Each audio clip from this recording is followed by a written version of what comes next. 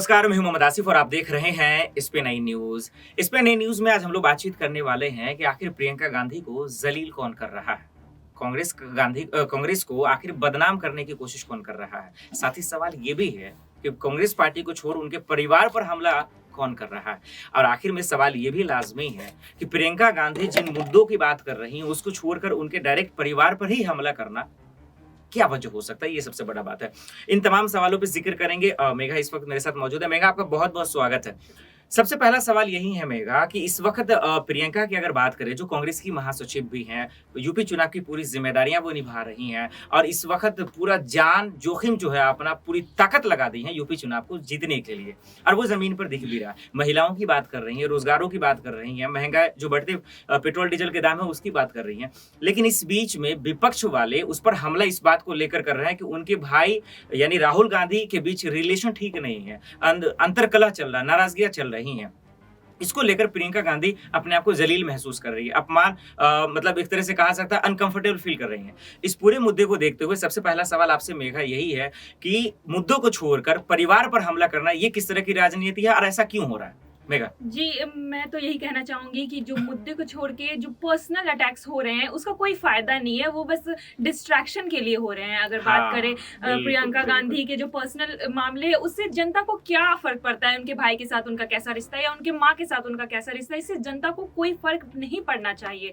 और जो अपोज़िशन है, जैसे कि बीजेपी हो गई, वो लगातार इन सब चीज़ों को पब्लिक के सामने लाना चाह रही है और वो ऐसा इसलिए कर रही है क्योंकि उनके पास अगर ऐसा वो नहीं करेंगी, जनता का ध्यान नहीं भटकाएंगे तो जनता उनसे सवाल करने लगेंगे कि आप हमें क्या दे रहे हो, अगर आप बेरोजगारी को दूर कर रहे हो या नहीं, अगर आप हमें नौकरियां दिलवा रहे हो या नहीं, किसान को कर्ज माफी करवा रहे हो कि नहीं, ये सब चीजों पे जनता सवाल खड़े करने लगेगी। इसी वजह से इन्होंने ये सारा मुद्दा जो उठाया है एक नैरेटिव बनाने की कोशिश की तो गई ये है, exactly। बस एक है कि जनता का ध्यान भटकाने के लिए किया तो जा इस रहा वक्त जो गुस्सा है प्रियंका गांधी का मेघा, उनकी जो नाराजगी है, जो जिसने भी उनके परिवार पर उनकी दादी को अपमानित किया गया, इंदिरा गांधी जी को अपमानित किया गया, उन पर सवाल खड़े कर रहे हैं लोग। तो इसको देखते हुए प्रियंका गांधी जो है आग बबूला भी हुई, नाराज भी हुई, यहाँ तक कि भावुक भी हुई।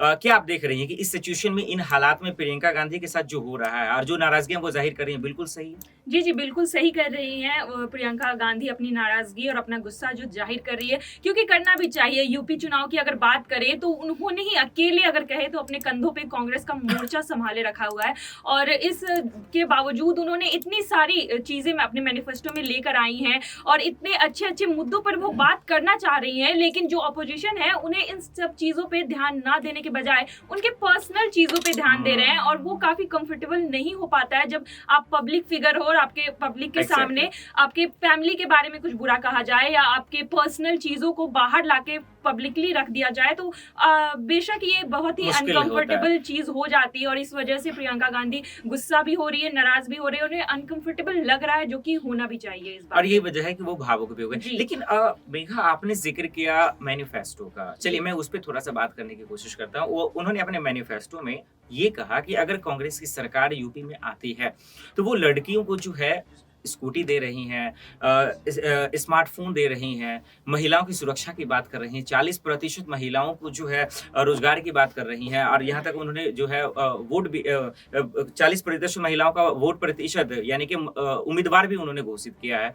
इतना महिलाओं को तवज्जो देना क्या इस वजह से दे रही हैं, वाकई में ये एक चुनावी नैरेटिव है, या फिर इस वजह से दे रही हैं कि वाकई में यूपी में महिलाओं का इतना इज्जत नहीं है या उतना तवज्जो नहीं दिया जा रहा है?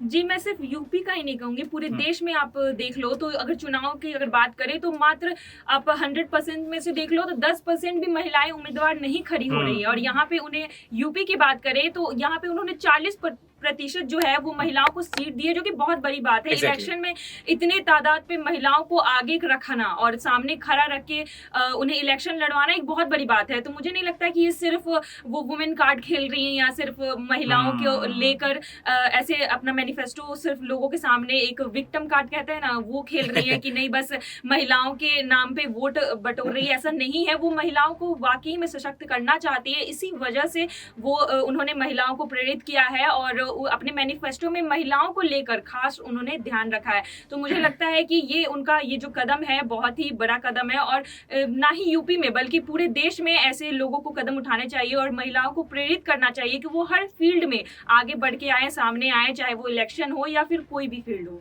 ऐसा तो नहीं कि मेघा आप खुद ही एक महिला, एक लड़की इस वजह से कह रही है। हाँ बिल्कुल, वो एक एंगल आ जाता है क्योंकि आप महिला हो तो आप वो प्रॉब्लम फेस करते और आप उस चीज को अच्छी तरह से समझ पाते हो। बिल्कुल, इसमें कुछ लेकिन मेघा, जो आप लड़कियों की बात कर रही हैं, महिलाओं की बात कर रही हैं, वुमेन की सशक्तिकरण की बात कर रही हैं, दिल्ली में ही हैं हम लोग, यहीं से हम लोग लाइव टेलीकास्ट करते हैं, प्रोग्राम बनाते हैं।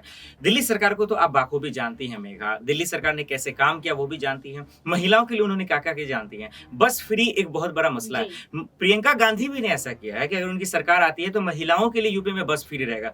ये जो एक मास्टर स्ट्रोक है, ये कितना बड़ा कारगर साबित होगा? क्या आपको लगता है, लोग कह रहे हैं कि यूपी में जो है 25 करोड़ की आबादी है लगभग, तो ज्यादा संख्या में है, दिल्ली छोटा सा शहर है, तो यहाँ उतना दिक्कत नहीं होगा। आपको लगता है कि महिलाएं, लड़कियां प्रियंका के साथ आएंगी, उनका समर्थन करेंगी, उनके यकीन और भरोसे पर खड़े उतर पाएंगे?